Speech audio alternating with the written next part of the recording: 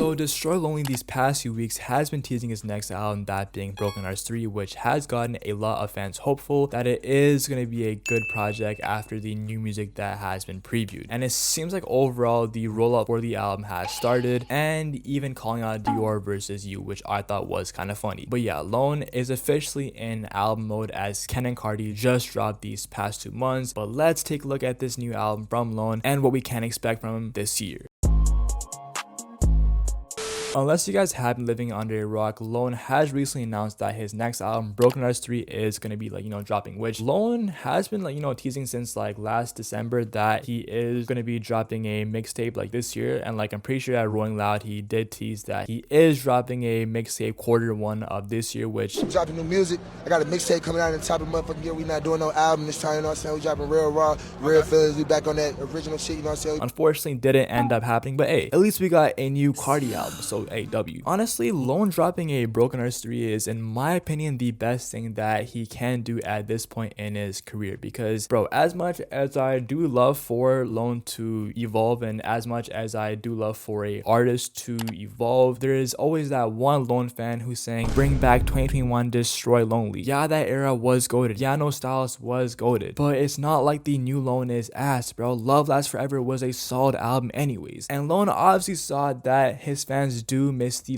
old shit, and he did announce Broken Hearts 3, and he has spoken a lot on the album saying that he has been recording in old studios, working with old producers like Clayco, which is definitely great to see, because when Lone was coming up in the underground working with Clayco, when Broken Hearts dropped, bro, he was for real one of the most unique artists out of that era. If you listen to some of the leaks from that era, from 2020 to 2021, oh my gosh, Lone was seriously not human. Even last week I actually just got put on to this new Lone leak called Teen Night Poem, if I'm not too wrong. Honestly, might be the most craziest Lone song that I've ever heard in my damn near life. And Lone was even saying that he hasn't changed and that the old Lone is still in him, which I definitely agree with, bro. Lone is still capable of making music like No Styles, like Broken Hearts 1, like Broken Hearts 2. I feel like he just needs to choose the right songs and work with his old producers, which that's obviously what he is doing as of now. And now recently Lone has officially entered the Broken Hearts 3 era, archiving his Instagram, changing his profile pics, posting these very scrumptious fit pics, bro. I ain't gonna lie to y'all, bro, these pictures go fucking crazy, bro. No glaze. And even previewed a few snippets, and the first snippet being called Money Shower, produced by the absolute GOAT Clayco. Goddamn, after hearing this song, bro, maybe Lil 88 was the problem. Y'all can hear it for y'all's help.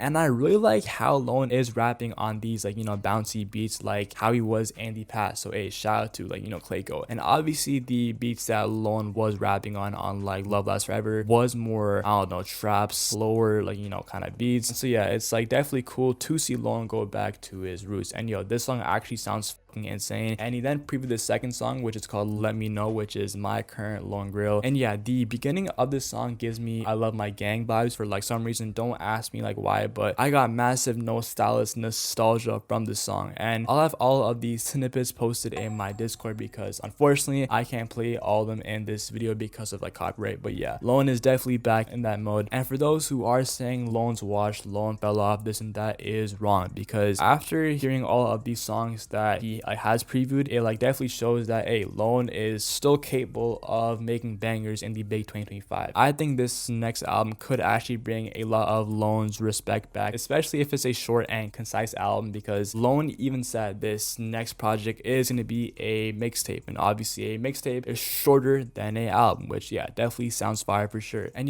I feel like Lone has just been so overshadowed by Ken these past few years. It's definitely time for Lone to get back in the opium spotlight. As much as I hate comparing Lone and Ken, I feel like Lone is the better artist, which I think a lot of people can agree with, bro. Even on the song Off the Meter on More Chaos, Lone had the best feature. But yeah, this next album by Lone is gonna go absolutely dummy. Will we get a Carti feature on it? I don't know, hopefully. I'm gonna say June for sure. Lone's probably dropping in June.